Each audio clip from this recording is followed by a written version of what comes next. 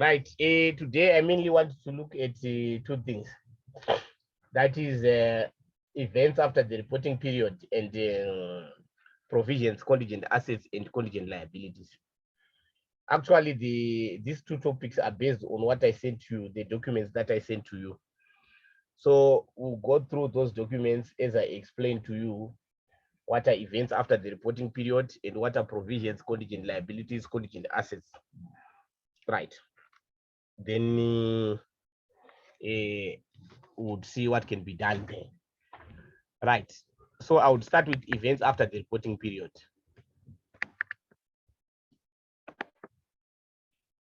I would start with events after the reporting period.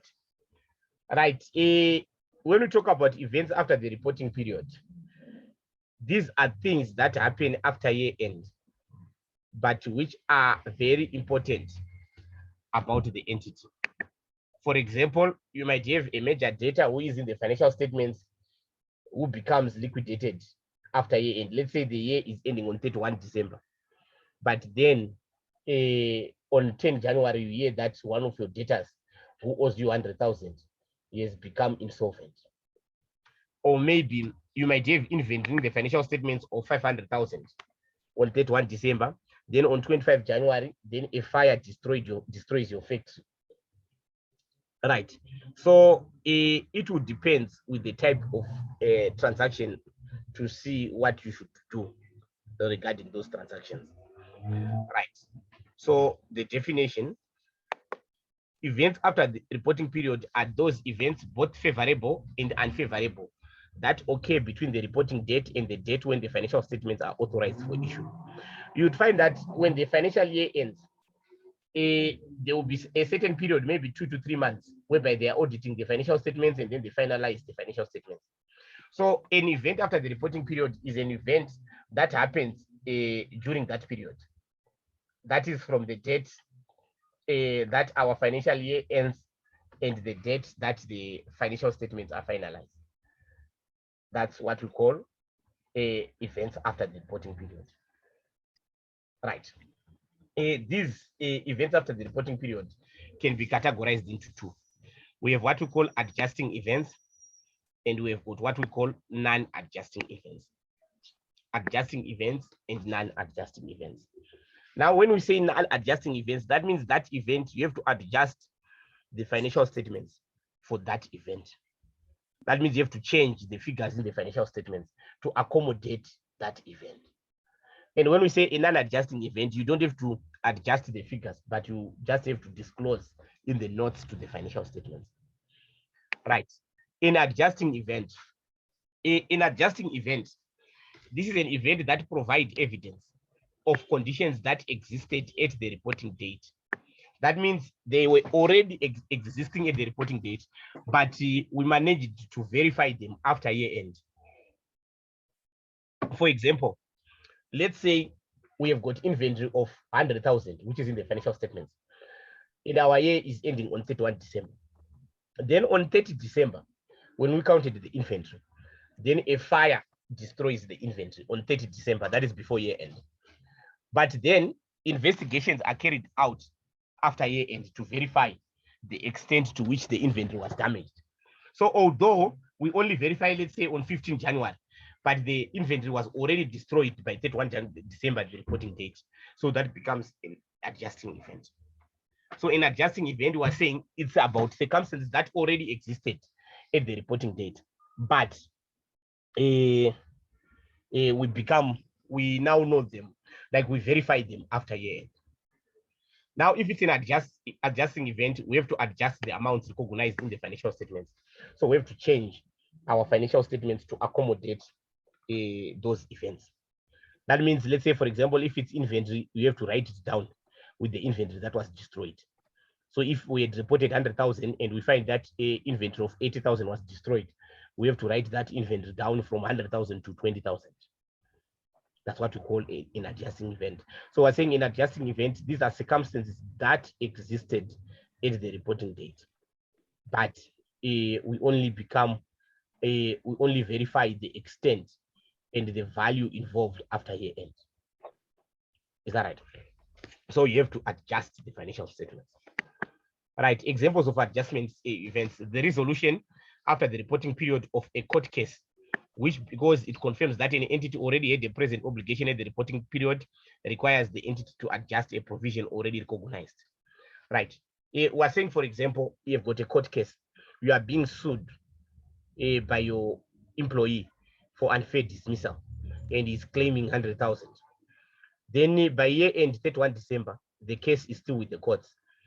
Then, but he has already sued you. Then by February, 1 February, before you finalize the financial statements, the judgment is passed by the magistrate or the high court. Then that is an adjusting event because the court case had already started before year end. Right. Receipt of information after the reporting period indicating that an asset was impaired at the reporting date. For example, the bankruptcy of a customer, which occurs after the reporting period. Right. If you hear that your customer who owes you 100,000, maybe in January, they tell you that he was declared bankrupt. You don't just become bankrupt in a day, unless there's an unfortunate event that happened. So normally, if you get that information that your client has become bankrupt, it might mean that he was already bankrupt, but you didn't know it. So it is taken as an adjusting event. Unless if it was caused by circumstances that happened after year end.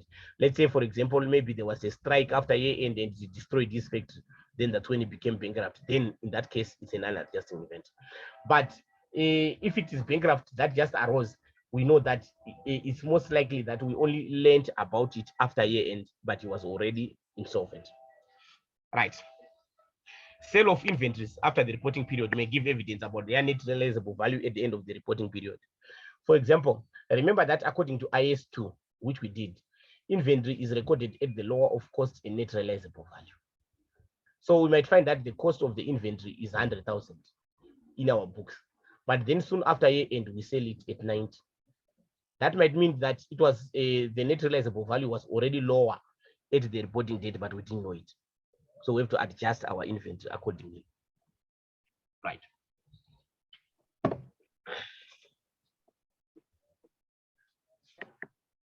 Right, determination after the reporting period of the cost of assets purchased or the proceeds from assets sold before the reporting period. That means you sell an asset or you buy an asset before year end, but the value is only determined, maybe you receive the papers after year end. That's an adjusting event because it means that by year end you had already acquired or sold the asset. You only verified the value after year end. Maybe let's say the paperwork, it was coming from South Korea, it only arrived after year end, but the asset was already shipped, let's say by the 27th of December before year end. Right. Determination after the reporting period of the amount of profit sharing or bonus payments. Most entities, they've got an obligation to pay bonus. They've got a gentleman's agreement whereby they pay bonus every year end. And it is known that the bonus will be paid. But sometimes you might find that the bonus can only be verified after year end. So if the bonus is verified after year end, then but we know that they were supposed to pay a bonus, that bonus will be an adjusting event. Right. Discovery of fraud or errors that show that financial statements were incorrect. Right. You discover fraud. Let's say you find that after year end that the financial statements were falsified, like what happened with Steinhoff. Then after year end, you discover that the financial statements were cooked. Then you have to adjust. That's an adjusting event. Right. Then non-adjusting events. Non-adjusting events, we're talking about those conditions that arose after the reporting period, but they are very important, but they have no relationship to what was there at the reporting date. For example, our year was ending on 31 December. Then on 20 January, a fire destroys our warehouse and destroys inventory that existed on 31 December. So that fire happened after year end, but it's a very important thing. So at the end of the day, that will be a non-adjusting event. Now, with that non-adjusting event, we don't have to adjust the financial statements, but we have to disclose in the notes to the financial statements that the inventory which is in the financial statements was later destroyed by a fire. So when we say we disclose, we don't adjust the figures in the statements, but in the notes to the financial statements, we inform the users of the financial statements that we have such a non-adjusting event. Right. Examples: a major business combination after the reporting period. Let's say our company merges with another company after the reporting period. They finish negotiations after the reporting period. Announcing of a plan to discontinue operations, disposing of assets or settling liabilities. Major purchases and disposal of assets that are done after year end. Destruction of a major production plant by a fire after the reporting period. Announcing or commencing the implementation of a major restructuring. So as long as these things happen after year end, they are not adjusting events. They are so these are non-adjusting events. This is an error there. These are examples of non-adjusting events. Supposed to be non-adjusting event here. Right. Major ordinary share transactions and potential ordinary shares. I think you can read this. Abnormally large changes in tax rates, entering into significant commitments. Right. So all those are what we call non-adjusting events. Right. Then dividends. If dividends to holders of equity instruments are proposed or declared after the reporting period, an entity must not recognize those dividends as a liability in the reporting period, as they do not meet the criteria of a present obligation. So it can happen that the directors decide to approve a dividend payment to the shareholders after the year end. If that happens, that dividend cannot be recognized as a liability. That is a non-adjusting event, as there is no legal or constructive obligation. I think we are going to learn when we talk about liabilities very soon. Right. A going concern. An entity must not prepare its financial statement on a going concern basis if management determines after the reporting period either that it intends to liquidate the entity or to cease trading, or that it has no realistic alternative but to do so. Right. The overall assumption of preparing financial statement, we call it going concern. Through this assumption, we say that the financial statements are prepared on the basis that the organization will continue operating into the foreseeable future. That is, there is no plan to close the entity. Right. But now, if the company is planning to close the entity, then the financial statements should not be prepared on a going concern basis. They should state that the company is not a going concern. But if we expect to continue, then we can report as a going concern. Right. If we don't prepare the financial statements on a going concern basis, we have to disclose the following. Right. The fact that the statements are not prepared on a going concern basis, we have to state it on the financial statements. Then what are the bases on which we prepared those financial statements? We have to state the basis and the reason why the entity is not considered to be a going concern. For example, you can say that the owners are intending to sell the entity within the next financial year. So you have to state the reason why it's no longer a going concern. Right. Then what are the disclosures? When we say the disclosures, we mean if it's a non-adjusting event, what is it that you disclose? If it's an adjusting event, we have to correct the financial statements. But if it's a non-adjusting event, you have to disclose. When we say you're disclosing, you are just showing a note to the financial statements. So the following disclosures have to be made. The date of authorization of issue. We have to state when the financial statements will be authorized for issue. Remember that events after the reporting period are events that happen between the date of the end of the financial year and the date of authorization of the financial statements for issue. So you're supposed to state the date of the authorization for issue. Right. Then you also update disclosures about conditions at the reporting period. So if you receive any information about conditions that existed at the reporting period, you should update all your disclosures so that they state those things. For example, if a major customer became bankrupt, you are supposed to disclose it in the financial statements. That a major customer who is reported in the financial statements later became bankrupt and we couldn't recover the money. Right. For non-adjusting events, you have to disclose the following. The nature of the event. What is the event? For example, a warehouse was destroyed by fire. The estimate of its financial effect, then the inventory that was destroyed was for 300,000. That is to be disclosed in the notes to the financial statement. So those are the disclosures that we expect when it comes to events after the reporting period. That's the general information on events after the reporting period. Any questions?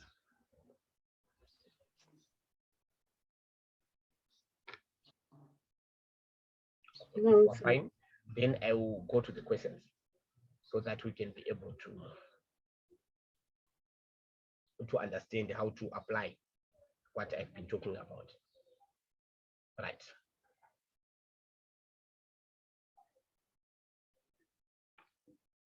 Right. I would close this. These documents I've sent them already. All right. So let's deal with questions on events after the reporting period. Let's deal with questions on events after the reporting period. Right.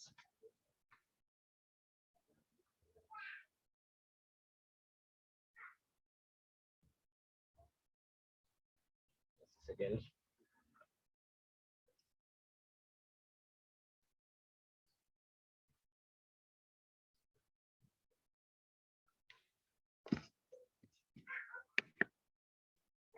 Right.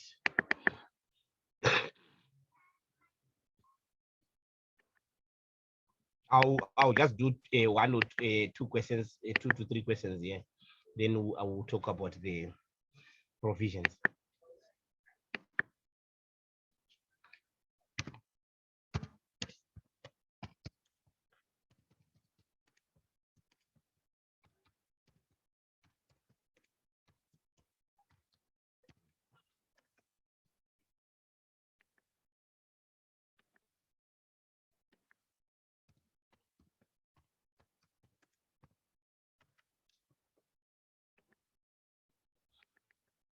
Right. We have Cosmo Limited is a well-diversified company specializing in the manufacturing of paint products and paint accessories. The annual financial statements of Cosmo Limited for the year ended 28 February 2019 were presented to the Board of Directors for authorization for issue on 30 April 2019. Right, the financial year is ending 28 February. Then they were presented for authorization for issue on 30 April 2019. So anything that happens between that period of 28 February and 30 April 2019, those are what we call events after the reporting period. So if they happen after 30 April, they are no longer events after the reporting period. Right. Cosmo Limited is issued share capital consists of 80,000 ordinary shares. On 20 March 2019, which is after year end, remember our year end is 28 February 2019. The directors proposed a dividend of 110,000, subject to approval at the annual general meeting. The dividends proposed were declared and approved by the shareholders at the annual general meeting held on 10 April 2019. The dividends proposed were recorded in the accounting records of Cosmo Limited for the year ended 20 February 2019.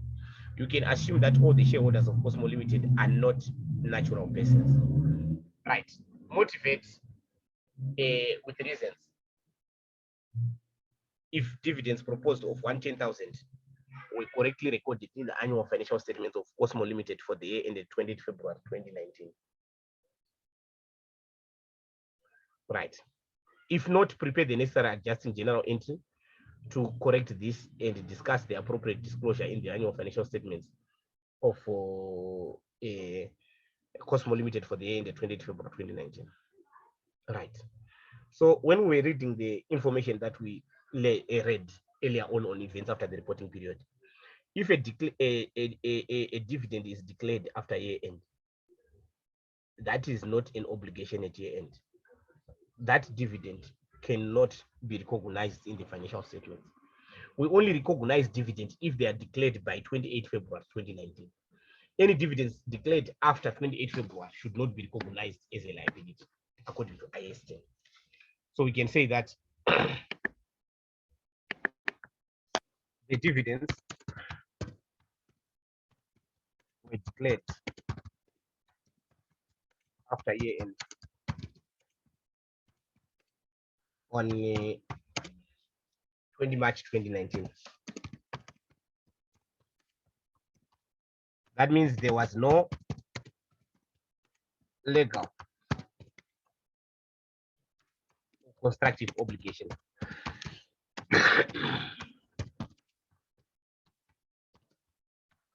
on the reporting date.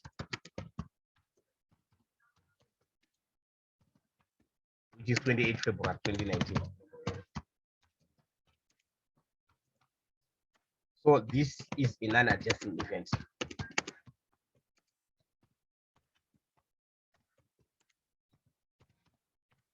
And should not have been recognized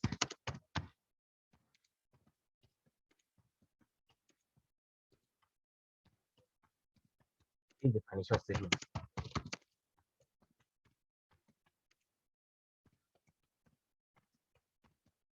It should just be disclosed in the notes to the financial statements.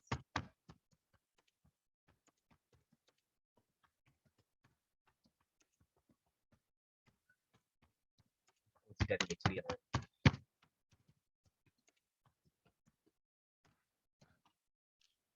So what have to happen here is they have to reverse that recognition of that dividend. So they have to say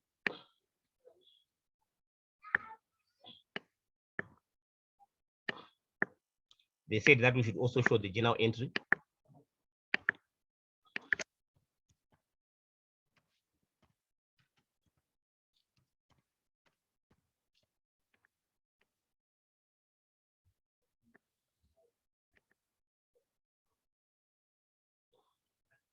So we have to reverse that dividend.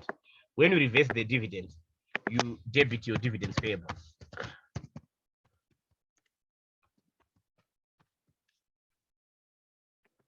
They said what? You can assume that all the shareholders are not natural persons. So what is the implication of that? If they say all the shareholders are not natural persons, that means there is no dividends tax. Dividends tax is only withheld on natural persons. So whenever they say that these shareholders are not natural persons, it means that we should not take into account the dividends tax. We should not take into account the dividends tax. So there will be no withholding dividend tax. Right. So we would say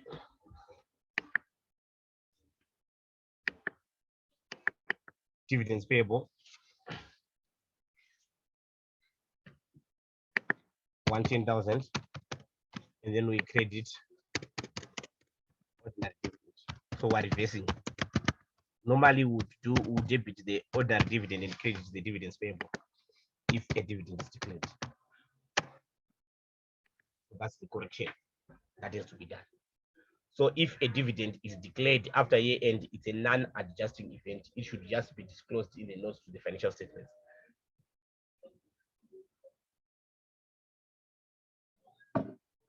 Any questions? All right, let me go to question 2. So yes, sir, we are just reversing the entry. Hello? I'm saying in this, what we've been doing now, we are just reversing the entry.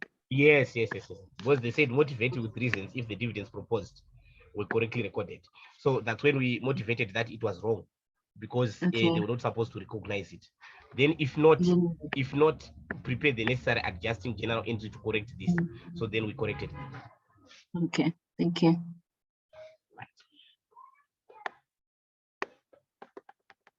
Right. Question 2. Ubushle Limited is a diversified South African listed company involved in the manufacturing and retail of medical products. These medical products are sold locally and overseas. The profit before tax of Ubushle Limited for the year ended 31 December 2018 amounted to 1,950,000 before taking into account any adjustment as a result of the additional information below. On 15 February 2019, an intrinsic defect was discovered in the heart rate monitors in the manufactured by Ubushle Limited. Further investigation revealed that the intrinsic defect arose since January 2019 as a result of a faulty device used in the manufacturing of the heart rate monitors. I want you to see something. Our year end was 31 March 2018. So these defects have nothing to do with our financial year end. They arose after year end. So these are circumstances that didn't exist at year end. All right.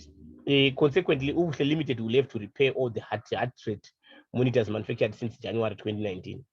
The estimated cost to repair all the heart rate monitors manufactured with an intrinsic defect since January 2019 amount to 600,000. Disclose the above information in the notes to the financial statements. Right, number one, this is a non-adjusting event. Why? Because it represents circumstances that did not exist at the reporting date 31 December 2018. These defects arose in January 2019, which was after year end. So it's a non-adjusting event. So to disclose it, we do a note.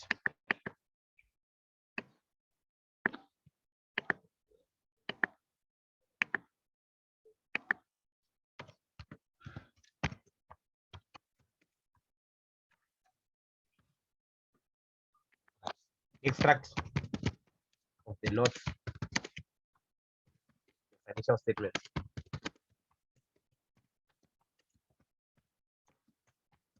Of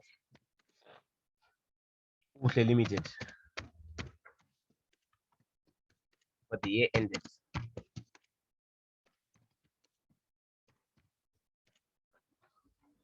31 December 2018.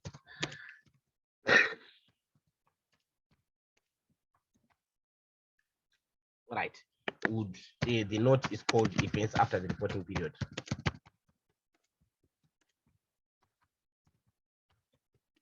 So you just bring a summary of what happened, and you also have to bring out the amount that is involved. Is that right? So it's just a summary of the information that we have here. So we can say during February 2019, an intrinsic defect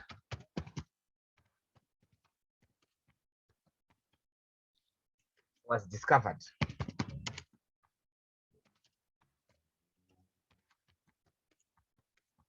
in the heart rate monitors manufactured by Uhle Limited.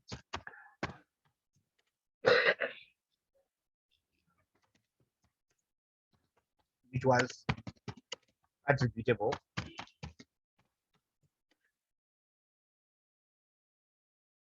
to a faulty device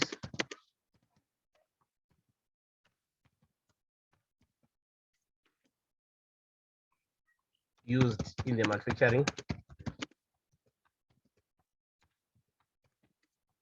of heart rate monitors.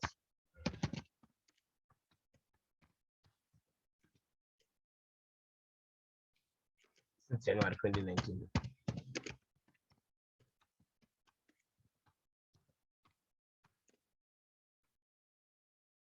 As a result, we have to bring in the financial consequence. The company will have to repair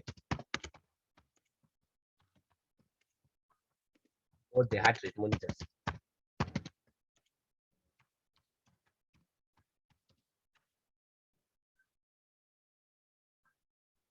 manufactured since January 2019.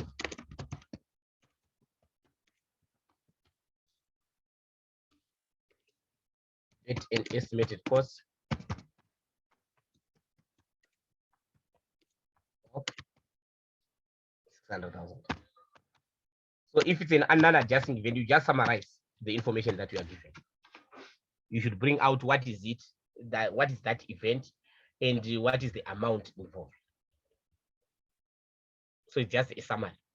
That's how we do a note on the event after the reporting period.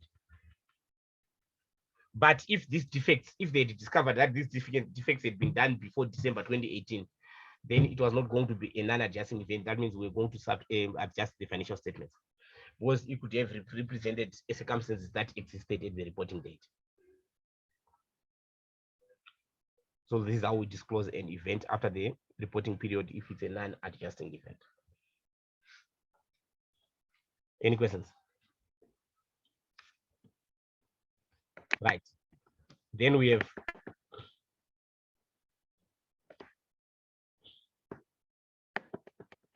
lesson 3. Monate Limited is a wholesaler and exporter of chickens and chicken products. the financial statements of Monate Limited for the year ended 28 February 2018 were presented to the Board of Directors for authorization for issue on 30 April 2018. The following information relates to the draft financial statements of Monate Limited for the year ended 28 February 2018. Export sales Botswana. Due to the outbreak of listeriosis disease in South Africa, the Minister of Health of Botswana announced on 8 March 2018, that is after the year end, the banning of the import of all chicken products from South Africa.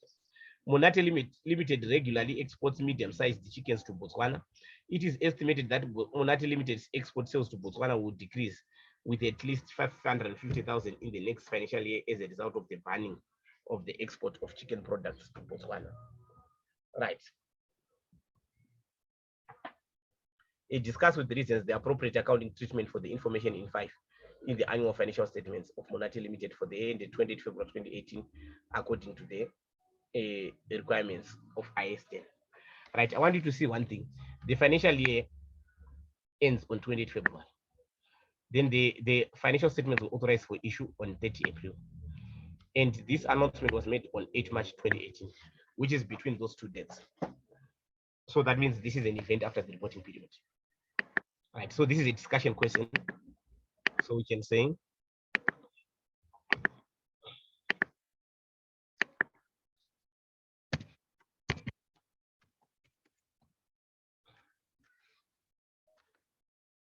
right, the financial year ends on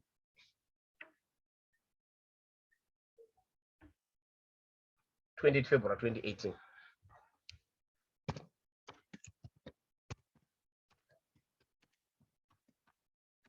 The financial statements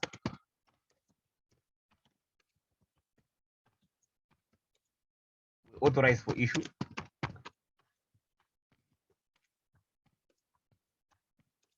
on 30 April 2018.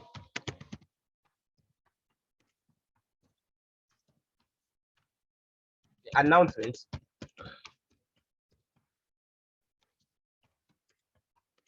by the Botswana minister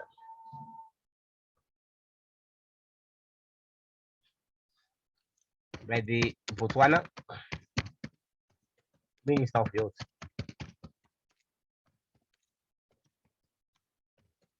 was made on 8 March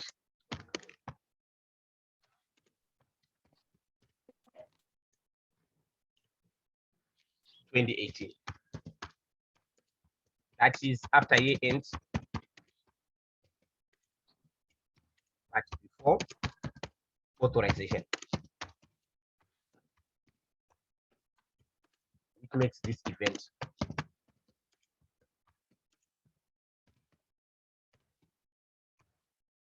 an event after the reporting period.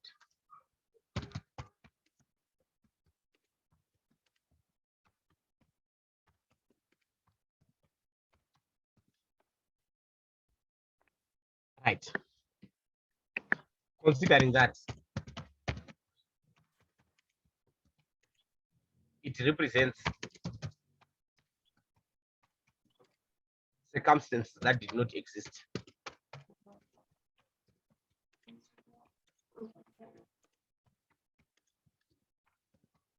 at the reporting date. This will be regarded as an unadjusted event.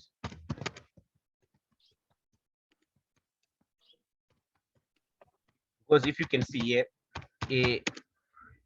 by the reporting date, the minister had not yet announced. So we can't say it's an event that existed at the reporting date. The announcement only came after year end.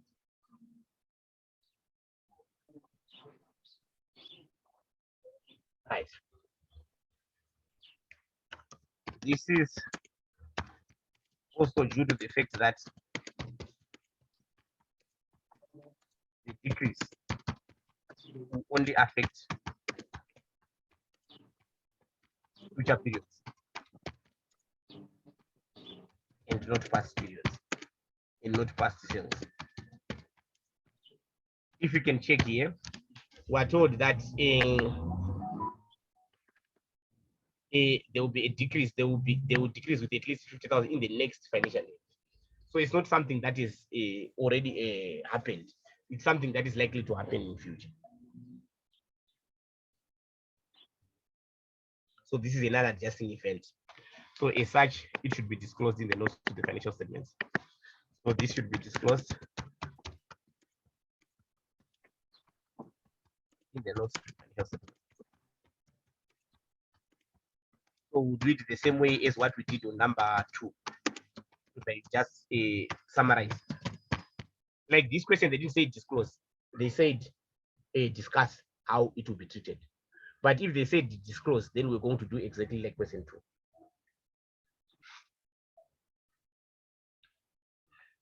Any questions? Right, let me do a last one on events after the reporting period. Question 4. So you can go and do the rest. Plastics Limited is a manufacturer of a wide range of plastic products. The annual financial statements of Plastics Limited for the year ended 30 September 2018 will be presented to the Board of Directors for authorization for issue on 25 October 2018. You are presented with the following additional information. On 10 October 2018, Plastics Limited's inventory was stolen. Right, this theft happened after year end. After the delivery truck transporting it from the warehouse was involved in an accident. The cost price of Plastics Limited's inventory that was looted from the truck amounted to 220,000, of which 50,000 related to the inventory that was on hand at 30 September 2018. The company's insurance policy does not cover these contingents, and the claim was repudiated by the insurance company. Right. The fact that this theft happened after year end, our year end is September. Then the theft happened on 10 October. That means it's an event after the reporting period, which is a non-adjusting event. But if the theft had happened before 30 September 2018, but they'd only verified the extent of the stolen goods after year end, then it was going to be an adjusting event. So this is a non-adjusting event, so they have to disclose in the notes to the financial statements. So would say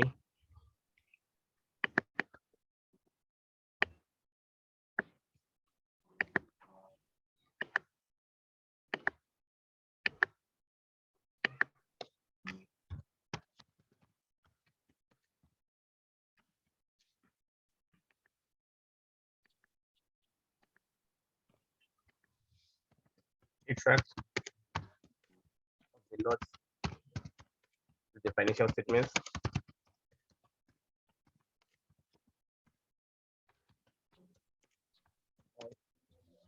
Plastics Limited.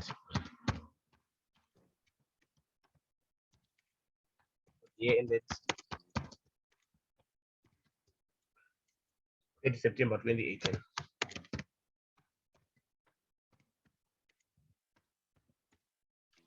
Right.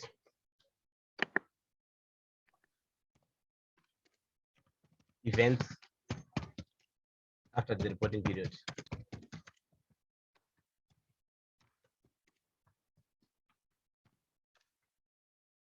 Right. On 10 October 2018, inventory costing 200,000 was stolen after the delivery truck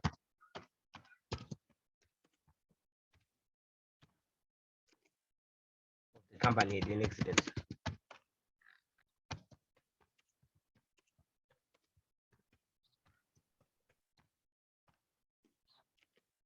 Of this inventory,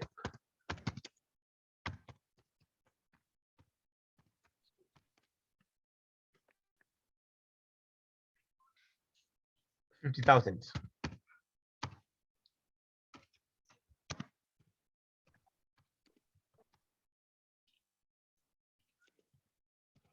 worth of inventory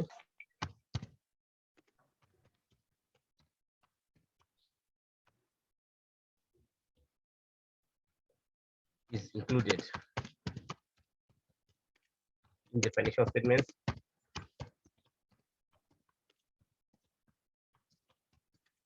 year ended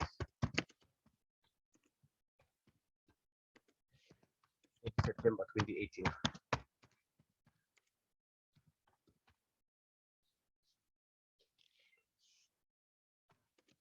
The claim for the loss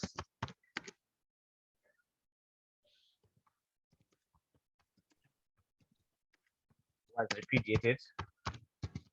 Just a summary of what was given by the insurance company.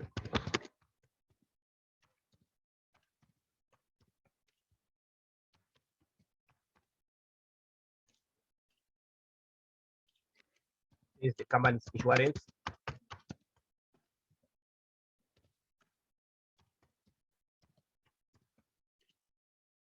Does not cover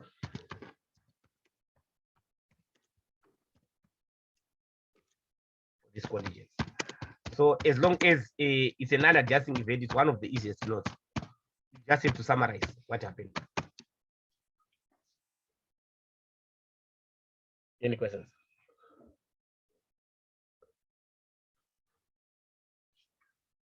Right. So at your own time, can you go on and look at question 5, 6 at your own time? Then you see if you understand the concept that we've been talking about. Right. Any questions?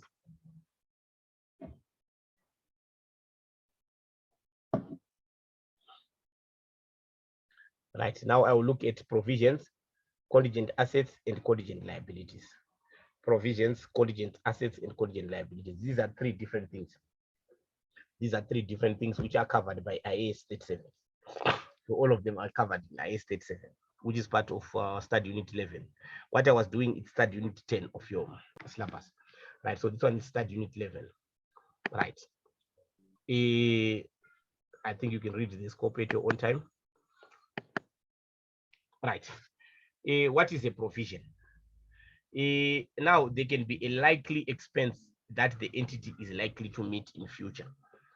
For example, if you have been sued by an employee for maybe he had an accident at work and he went to court and is suing the company for the injuries for 200,000. And your legal advisors have told you that it's likely that the company is going to lose the case. So we have to make a provision for that possible expense because there's an obligation because the accident will have happened during the financial year. Right. Now, for us to recognize a provision must be recognized only if all of the following are met. So we only recognize a provision when number one, an entity has a present obligation. That means on the reporting date, there's an obligation. So it should not be a future obligation. It should be an obligation that is arising from past events. As I said, that maybe the employee already had an accident during the year. So that is a present obligation resulting from past events. Right. And it should be probable that an outflow of resources involving economic benefits will be required to settle the obligation. So use the question of probability. What are the chances that you're going to pay? If the chances are high that you're going to pay, then you should recognize a provision. But if you are told that the legal advisors, they tell you that the employee was negligent and you are likely to win the case, then we don't raise a provision. Instead, we recognize in the notes what's called a contingent liability. I'm going to show you that. Then we can also recognize a provision if there's a reliable estimate of the amount of the obligation. So if we can't determine the possible amount, then we should not recognize a provision. Only if we can have an estimate of the amount, then we can recognize a provision. Right? You should understand that we said for there to be a provision, there should be a legal or constructive obligation. There should either be a legal or constructive obligation. Right. What is a legal obligation? Right. An obligation is a past event is deemed to give rise to a present obligation. If taking account of all available evidence, it is more likely than not that a present obligation exists at the reporting date. Right.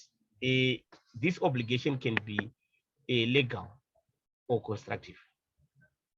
Right. So for there to be an obligation, there should be another party to whom you should have that obligation. Right.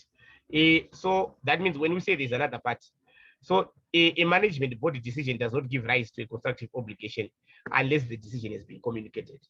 For example, if the management are discussing whether to give a bonus or not, as long as they've not yet communicated that decision to the employees, it's not yet an obligation. It will only become an obligation when the communication has been done to the employees, because there should be another part involved. Right? There should be a past event. It's not something that will happen in the future.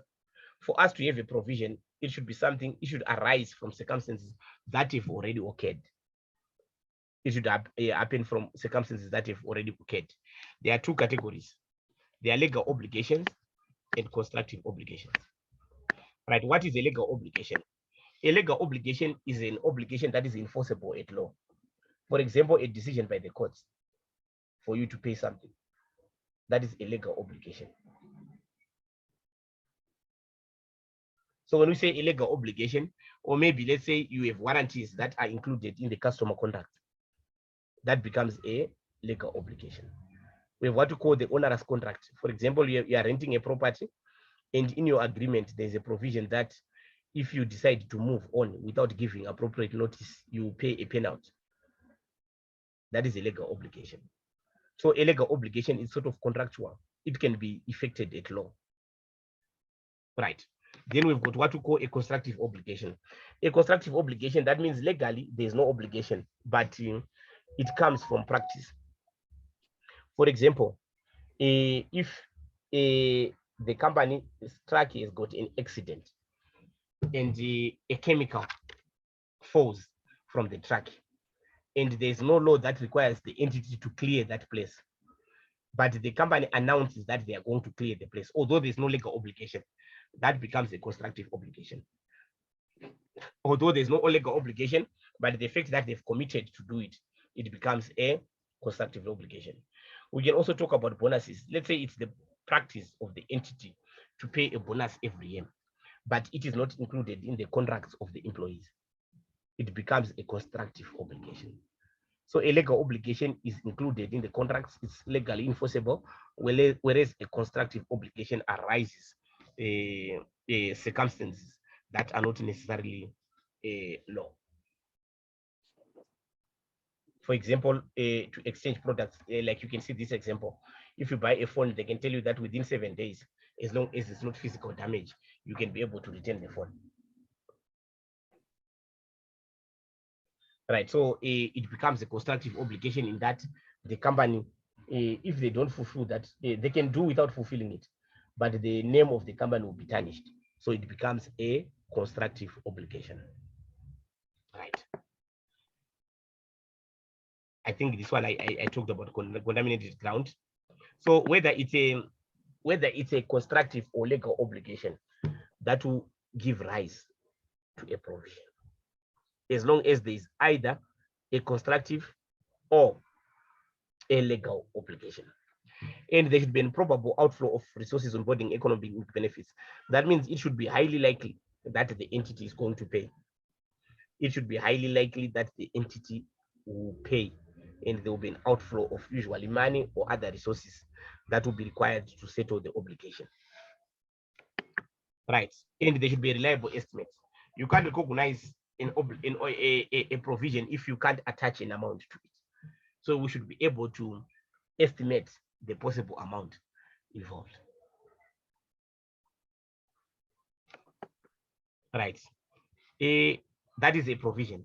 Then we also have a contingent liability.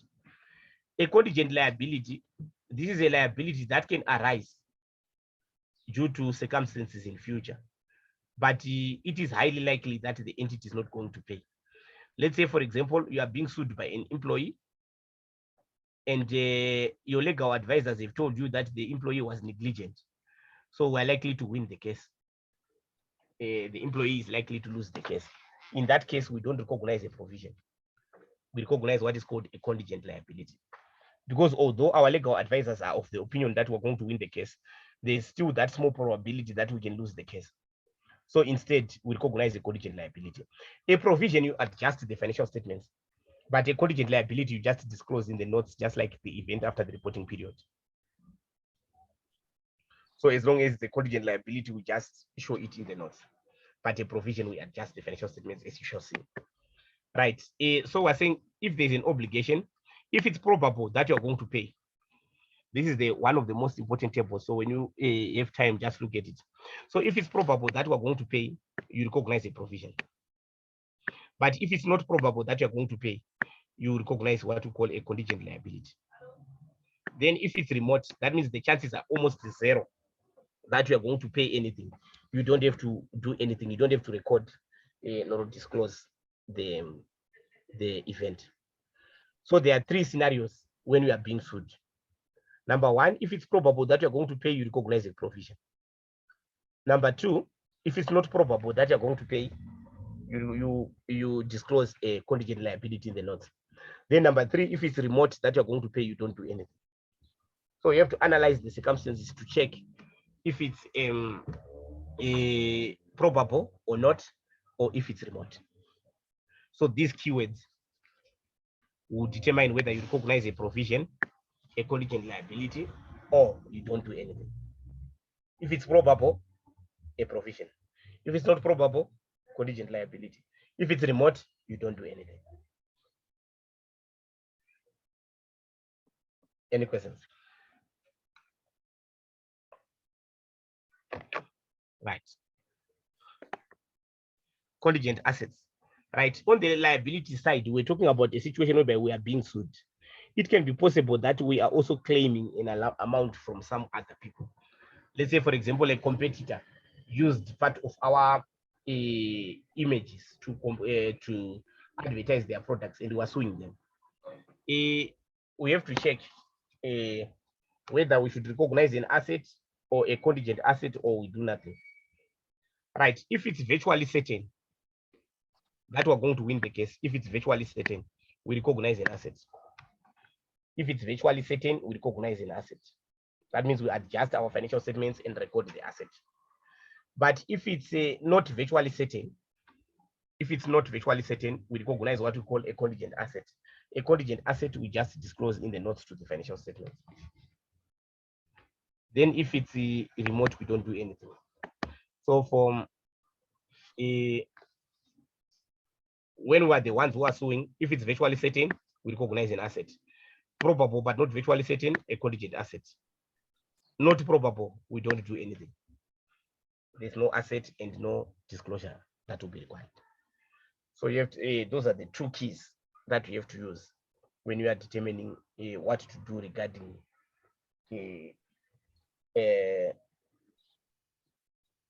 contingent asset and contingent liability. We shall see when we do the questions. Right. Measurement.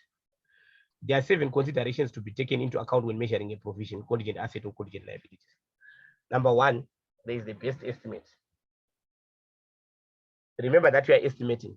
You are not yet sure what the amount will be. So you have to use the best possible estimate. Then the risk and uncertainty. There's a risk that there can be changes. So maybe we can take into account probabilities and stuff like that. Then you have to take into account the present value. Like these are obligations that will be met in future, but we are reporting at this present moment. So they should be expressed in the present value terms. Then we should take into account any future events that might affect the provision. Then the expected disposal of the asset and any reinvestments. Then there can also be changes in and uses of provisions. Like along the way, we can change how we're going to utilize those provisions. So at your own time, you can read in detail the best estimate. They are further explored. Risk and uncertainties, present value, future events, expected disposal, reinvestments, they are explored in detail. So you look at then you can also read page 19 to 21 of your study guide. Right. Then disclosures. I think I'm going to illustrate them through the questions. How to disclose provisions, how to disclose contingent assets, and how to disclose contingent liabilities.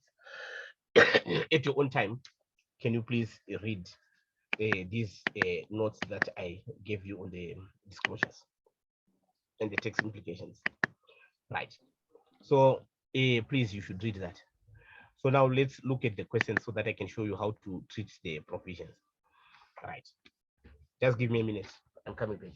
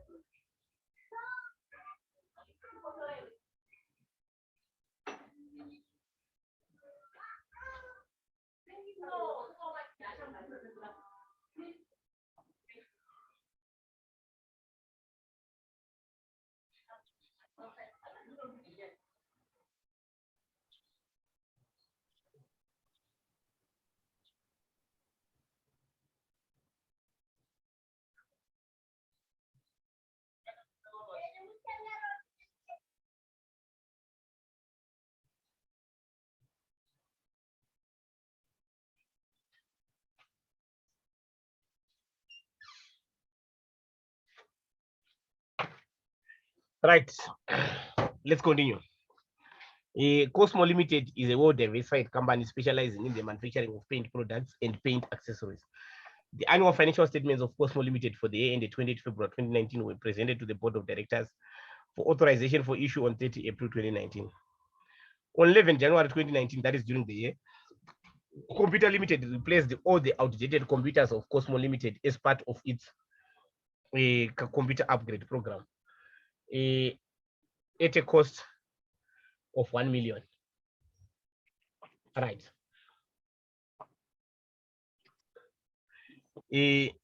Unfortunately, the computers supplied to Cosmo were of an inferior quality and an insufficient capacity for the normal day-to-day operations of the company. Right. After numerous attempts to resolve the matter, Cosmo Limited sued Computer Limited on 10 February 2019 for 300,000. So we're saying it's the company that sued this other Computer Limited. And this happened during the year. That was on 10 February 2019. Our year is ending on 28 February 2019. So this is not an event after the reporting period. Right, at year end on 28 February 2019, as the company's legal advisors are of the opinion that it is probable, but not virtually certain, that Cosmo Limited will be successful with their claim. Right. Required disclose the above information in the notes to the annual financial statements of Cosmo Limited. Right, the key thing is this one here. It is probable, but not virtually certain. If they'd said it's virtually certain, we're going to adjust the financial statements and record an asset. But if they say it's probable but not virtually certain, we call it if you are suing, it's called a contingent asset. So you do a note which is called contingent asset. Right. So how to do it is just a summary, just like what we're doing with the events after the reporting period. Right. So do you have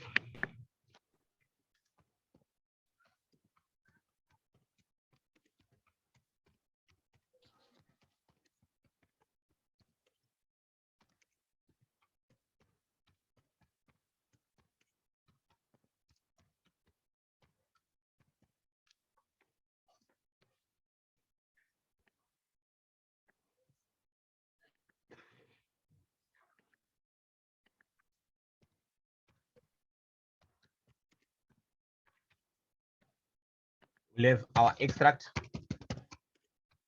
notes, the financial statements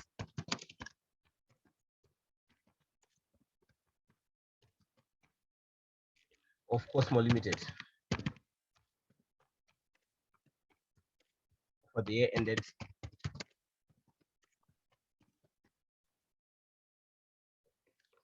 20 February 2019.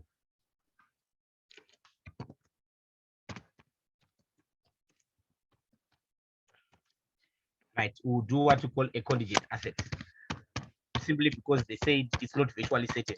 It's probable, but not virtually certain.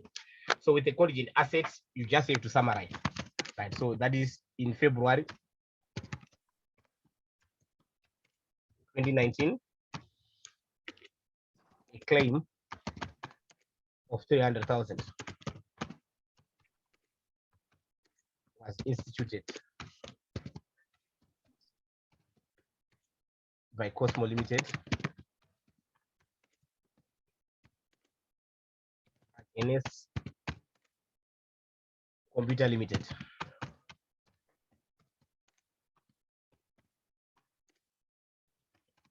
Claim relates to computers supplied by Computer Limited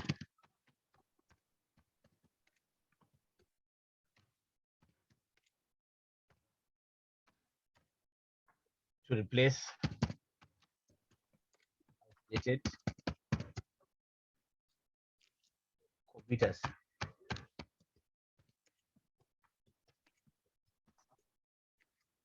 which were often inferior quality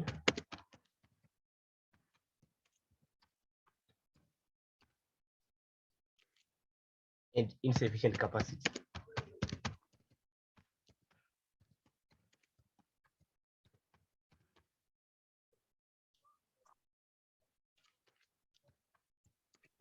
Normal A operations of the company.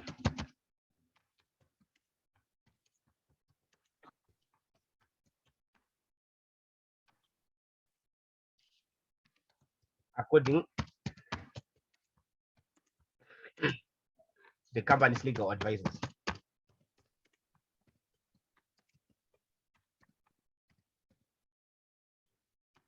it is probable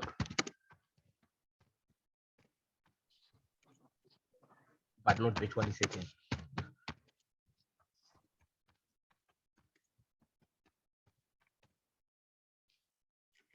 That's the claim.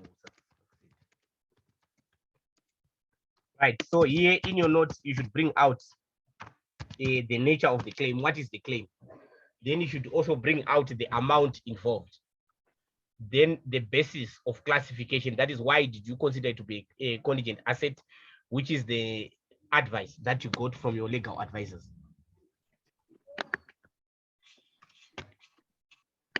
So this is how we disclose a contingent asset. Even a contingent liability is just like that, just a summary. Any questions?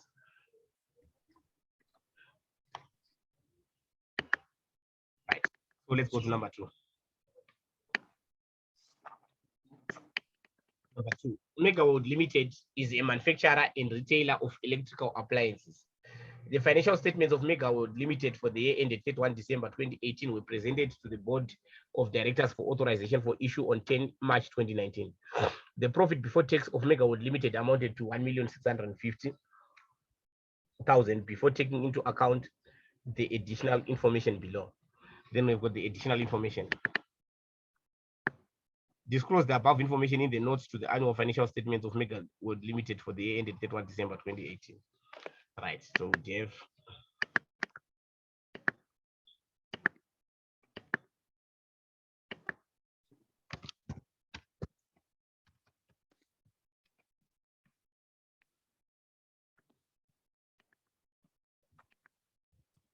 extract of the notes,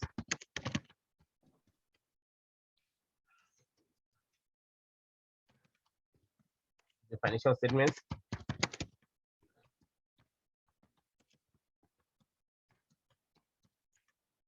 of Megawatt Limited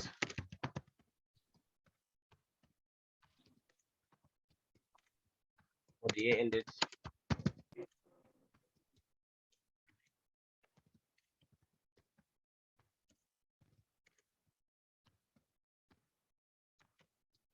right. So let's read what is happening here so that we can see what is it that we need to disclose.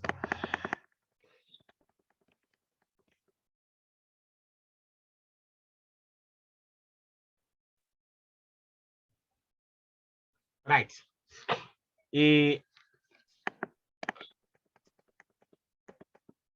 On 1 March 2019, an invoice, I'm here.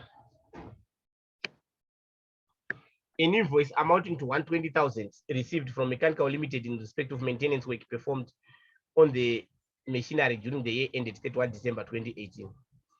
The invoice indicated that 70% of the maintenance work on machinery was completed before 31 December 2018, and 30% of the maintenance work on machinery was completed in January 2019.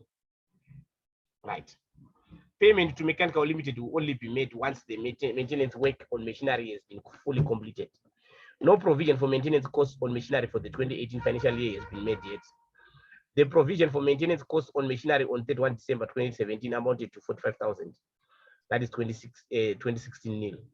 In February 2018, Megawood Limited paid 30,000 as the only and final payment in respect of the maintenance work on machinery performed in 2017. Right, due to the rapid expansion of, okay, that is a separate issue. Right, so this issue here is they've got work that is being done, and they are only being invoiced at the end when the work is completed. But we should know that by year end, there's work that has been done. So considering that there's work that has already been done, there's a present obligation. We have to create a provision of work that has been done so far. So if there's a provision, we do a note for the provision. We do a note for the provision. So we do a note for provision for maintenance costs. So we'd say number one, provision, provisions. 1.1, provision for maintenance costs.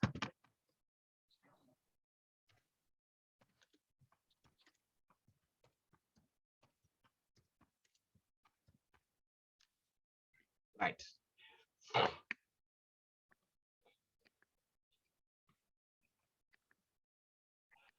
We have 2018, we have 2017.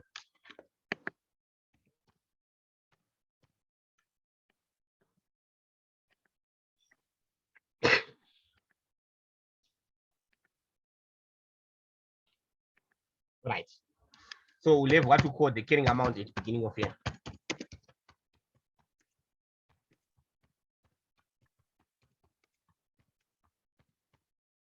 The carrying amount at the beginning of the year is the, when we're in 2018, is the provision that is coming from 2017. And when we're in 2017, is the provision that is coming from 2016. That is the carrying amount at the beginning of year. That is the provision that is coming from the previous year. So in this case, in 2018, we are told that in 2016 there was a new provision. So that there's no carrying amount in 2017 at the beginning of the year. But in 2017, we had 45,000. So we'd say 45,000. The one from 2017 is the carrying amount at the beginning of the year of 2018.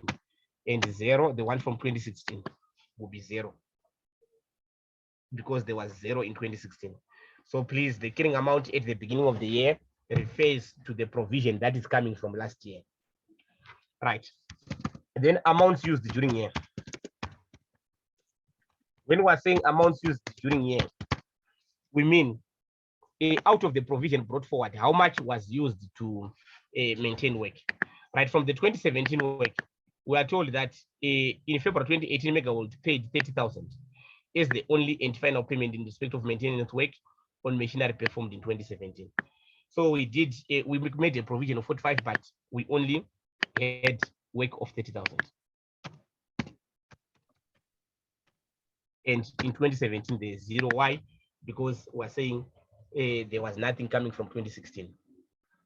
Right, according to the standard, we created a provision of 45,000 in 2017, but we only used 30,000.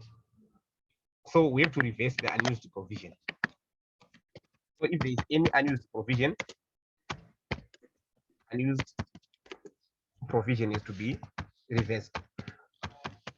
Right, so that would be 45,000. We created a provision for 45,000 in 2017, but we only paid in 2018 with respect to that, we only paid 30,000. So we reversed the other 15,000.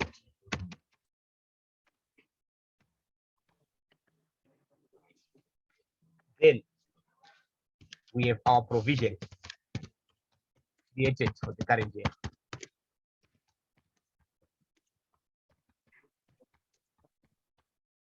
in 2017, they created a provision of 45,000 given here. 45,000 on 31 December 2017. Right. In 2018, what is the provision that we're going to create? Right. We know that the invoice indicated that 70% of the work had been done before 31 December 2018. So this invoice of 120, 70% of the work had been done by year end. So we only create a provision of 70% of that 120. So we would say 70% multiplied by 120,000. What do we get?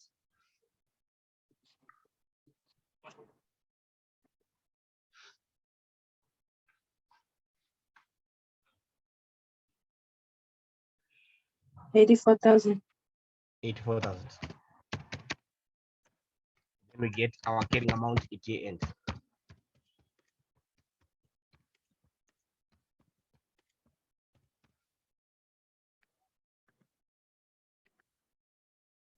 So this is how we do a provision note.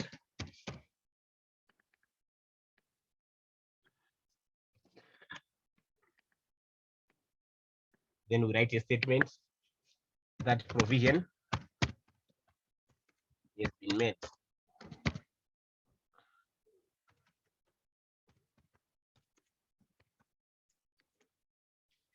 For maintenance costs.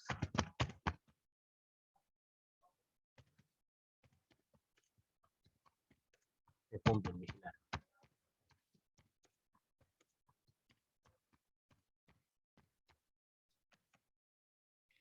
This is how we disclose the. If you can please repeat on that one of the 70% times 120. Right. The starting invoice, if you can check the invoice that we got Yes, was for 120. Is that right? yes, But remember, we create the provision at the end of the year. yes, 70% of the work had been done by that end of year. The other 30% was only done after year end. So remember that a provision is a present obligation. That is yes. on the reporting date 31 December 2018. So we only create a provision for work that was done by the 31 December 2018, which is 70% of the work. Okay, but why are we taking that 45,000 down again to this transaction, if I may call it? Remember that this 45,000. Yes, Remember that this one, when we say carrying amount at the beginning of the year, yes, I said that we mean a provision that is coming from last year. So it is created in 2017. So this is when it was created. Is that right? Then yes. it is carried forward to 20 what? To 2018. To So the 2018. closing balance for 2017 will go to 2018 as the opening balance. Yes. When we go to 2019, this 84,000 will be the opening balance for 2019. On and on like that. Yes. Okay. So whatever provision we create this year will be the carrying amount at the beginning of next year. That's why we took on 2017. We also took it down to this provision created. Yes, because it was created in 2017. Okay. Okay. Remember that this 45,000 it was created in 2017. Yes. Yes. Oh, that's the provision for maintenance cost on machinery on 31 December amounted to 45,000. Yes. So in 2017 they created, then it's brought forward to 2018. Okay. Okay, that's fine. Thank you, sir. Right. Then the next thing here, due to the rapid expansion of Megawatt Limited, the computers leased by Megawatt Limited from Modern Limited became inadequate and outdated. Subsequently, Megawatt Limited decided to terminate the operating lease agreement with Modern Limited. The current operating lease agreement with Modern Limited for the lease of the computers expires on 31 December 2020. The computers leased from Modern Limited were determined to be low value assets.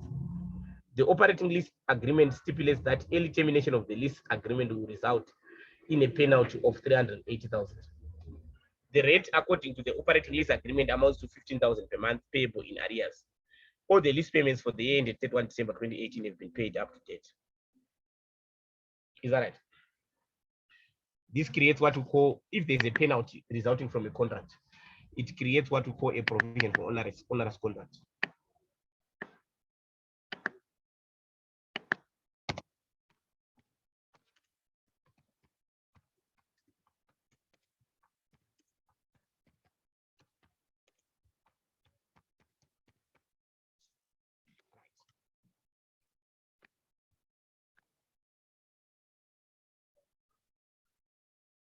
This one is just for this year, so there's no last year here because it's coming into being this year.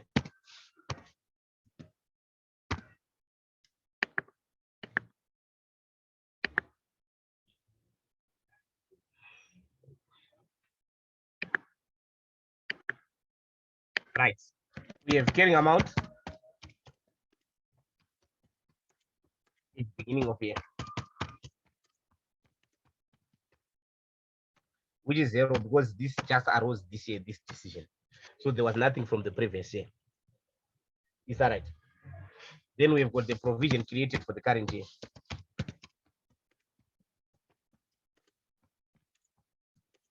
Considering that there was no provision from last year, that means we don't have, we will not have any amounts used and any reversal because we don't have anything from last year.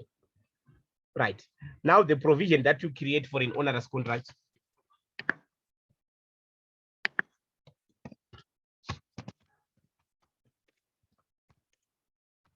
Remember that we said that for you to record a provision, you should record it at the best estimate.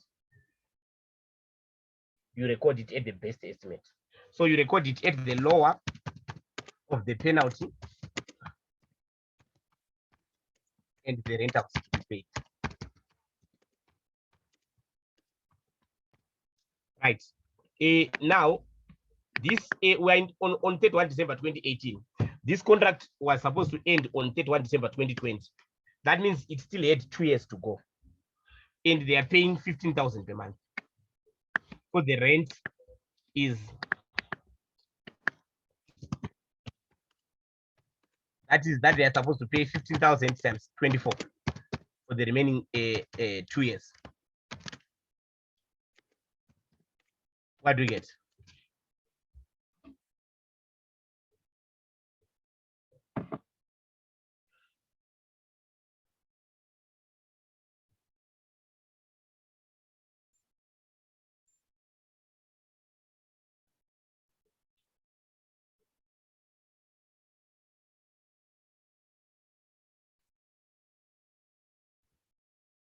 $360,000.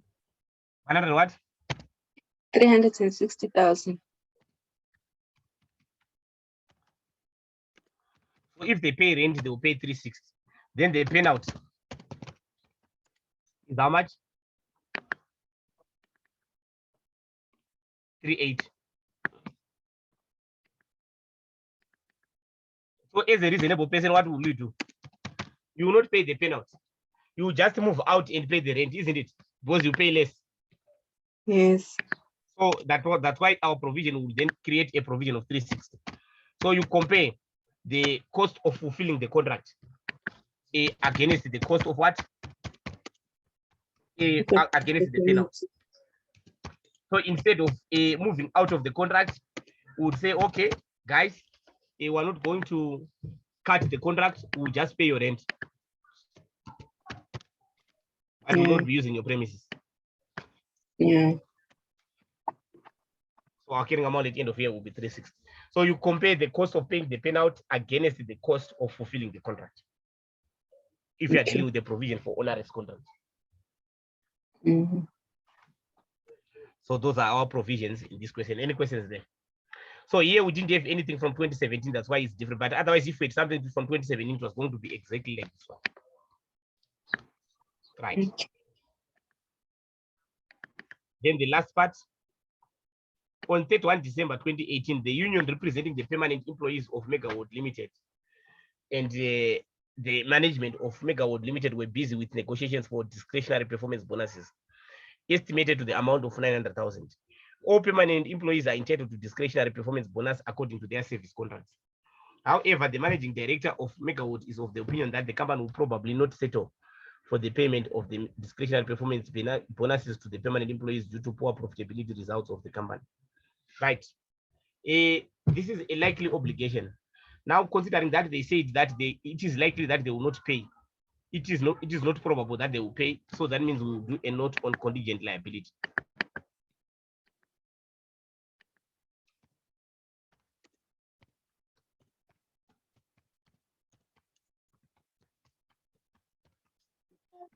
But if they said it's probable, we're going to do a provision again. But considering that he said it's not probable, then we'll do a contingent liability. Right. During December 2018, we just summarize. The union representing the permanent employees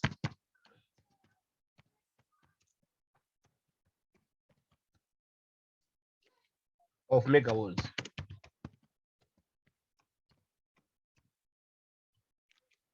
Limited and the management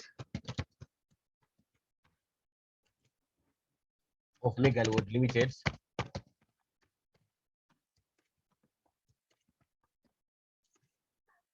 were busy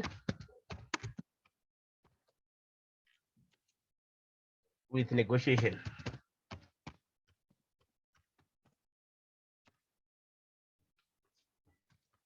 for discretionary performance bonus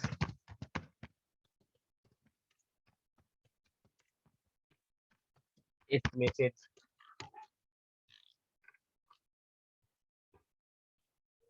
to 900,000. Just a summary of what we're given here. It's 31 December 2018. The managing director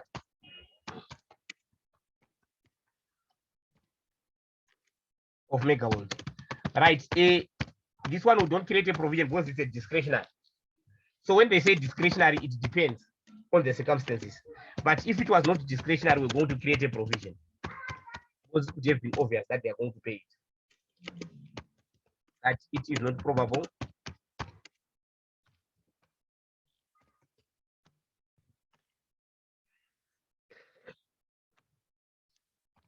that the company will settle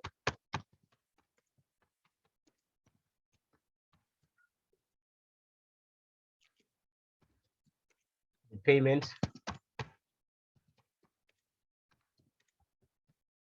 of the discretionary performance bonuses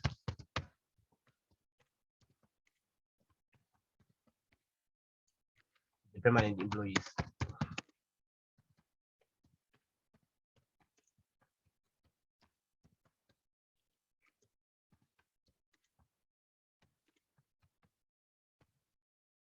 Due to poor profitability results.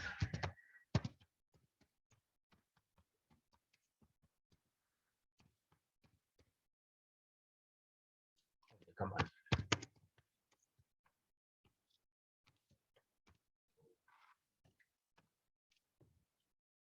Right. So this one, if it was not discretionary, when they say discretionary, that means the management have got the discretion to decide whether to pay or not. But if it was not discretionary, we're going to create a provision. Then we're going to do a note just like the one for provisions that we did. So if it's a contingent liability or contingent asset, you just summarize. Any questions?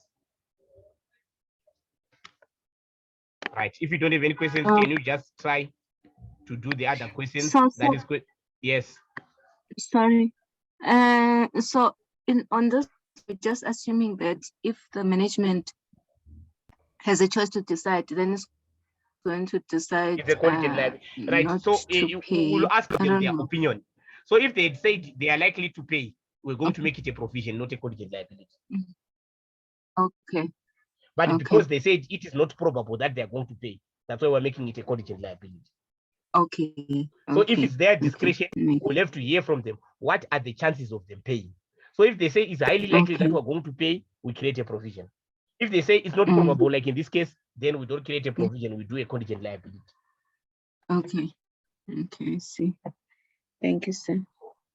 Right, so can you just try to do the other questions? Question 4, 5, 6.